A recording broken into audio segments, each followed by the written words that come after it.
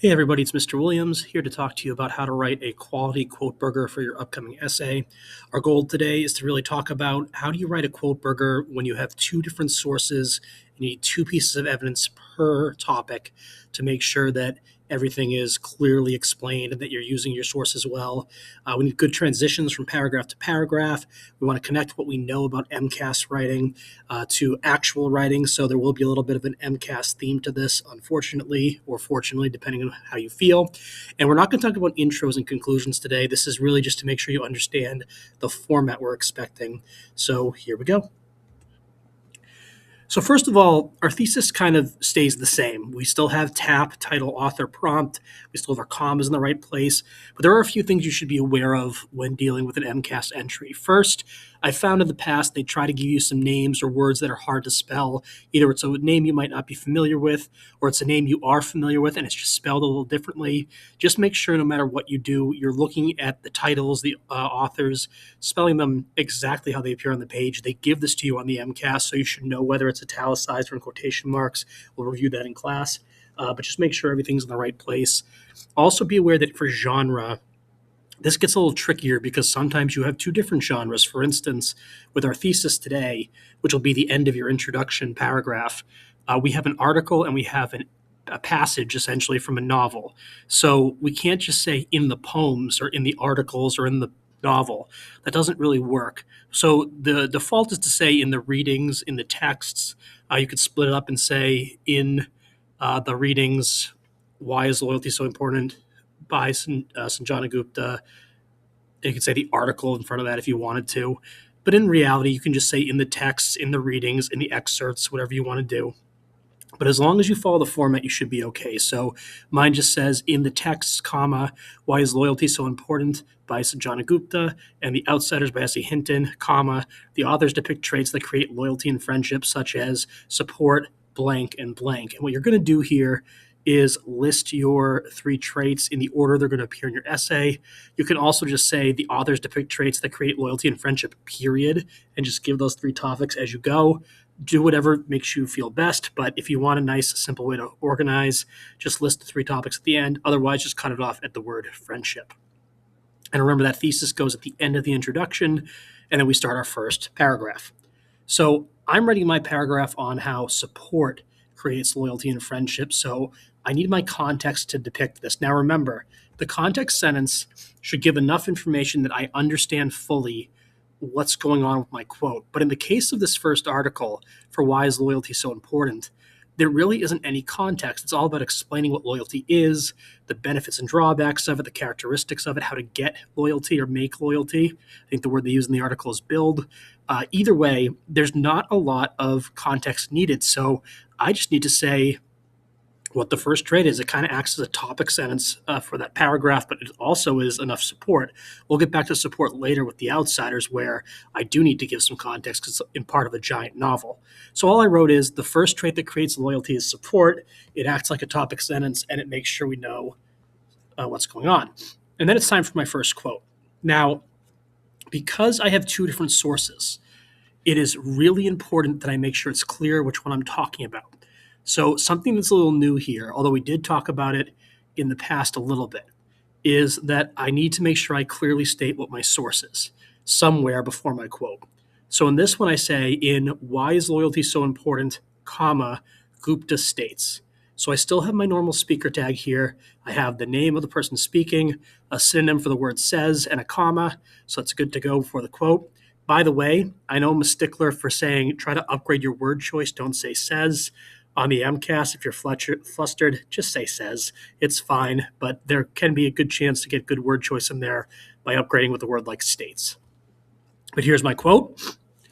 I'll read it quickly. Loyalty involves accepting and loving someone for who they are and not threatening to leave when things become challenging. People display loyalty by weathering storms together, providing support, and sticking them out. And I end that with a quotation mark. Notice there's no period or comma there. And then I say my, in parentheses, citation, last name of the author, and then I have a number there, parenthesis, period. On the MCAS, be aware this number is going to be whatever they give you. So if it's a poem, you'll probably have line numbers. If it is on the actual MCAS and it's an article, or a newspaper clipping or a novel or whatever it is, it's on the internet. So there's no page number, but they do give you paragraph numbers. So that 5 there is a paragraph number. And just also be aware, unfortunately, you cannot copy and paste quotes on the MCAS. So when you're typing them, make sure they are written perfectly and try your best to make them as good as they can be, especially because they'll be on the left side of the page so you can look back and make sure you're writing it correctly. This is a good quote because it has some big words in it. It is going to definitely focus on support, which is a big focus for this part of the paragraph. And there's things in it like figurative language, weathering storms, sticking them out. So I have a chance to explain that or show my knowledge.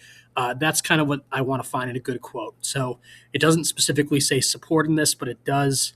It does briefly at the end, but it has a lot of words that I can kind of utilize to make sure I understand. So once I have my quote there and my citation, I can explain it. Now, remember that I'm going to have 2 quotes in this paragraph and I have to explain both. So I don't need giant explanations. This quote's going to be used to set up what I talk about with my example for the outsiders.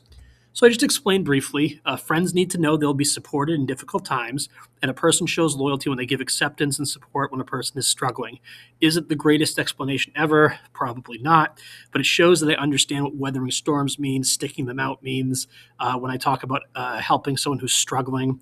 And the word support is in there, but I also try to kind of throw in the words like loyalty and just making sure it's clear that this is the focus of the essay because my thesis says loyalty too, and once again supports the detail. But I can't really fully prove this point until I actually have my big example, because the way this is going to work, although it won't always work this way, is that the article tells me what the trait is and the outsiders shows me an example of that.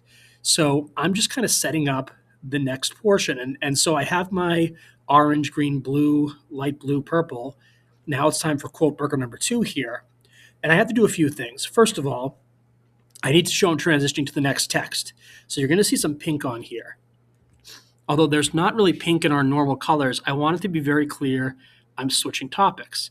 So I say S.E. Hinton's The Outsider supports this idea when, just really clearly laying it out right from the start, we're switching topics.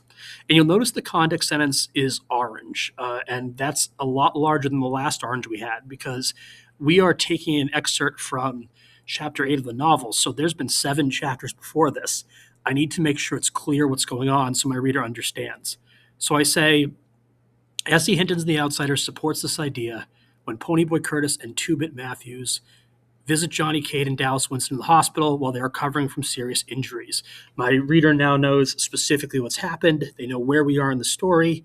And when I say that this is going to support the idea above, it's going to help my readers understand why loyalty, why support creates loyalty, so on and so forth. We're going to have another evidence tag here.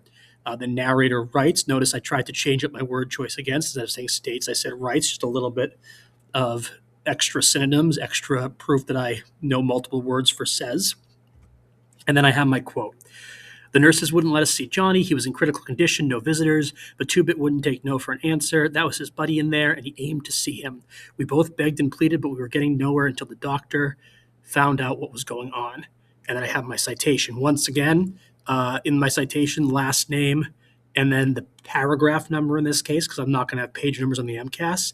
Notice that I got rid of the period after going on and moved it to the end because that's proper format. I will say this super quick. When you're on the MCAS, they are very aware that you can't proofread, you don't have models, you don't have any sentence starters or frames or teacher's assistants.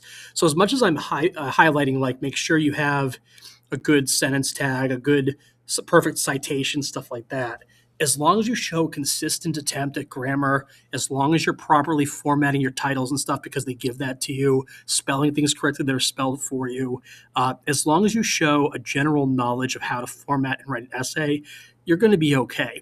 But for every little detail you can remember, it's going to help boost your score. So once again, just remember the last name and the number. If you put the period after going on, the comma after sticking them out from earlier, it's not going to kill your score. But every little thing you do right is going to help your score. So that's just what I wanted to say there quickly before we get to our explanation. Now, This is the explanation that matters the most, because I didn't give a huge explanation early on when I was just stating what the trait was, but this is my example that backs everything up, and I have to prove that support is part of loyalty. So here's the explanation. Once again, a little bit longer, multiple sentences. Here we go. By begging and pleading with the hospital staff to see their friend, Tubit is showing how much he supports Johnny. Notice how I use the word supports there as the word that I'm using as the main trait. Johnny is in a difficult situation, and his friends want to help him out, and they are willing to do whatever it takes until they're able to see him.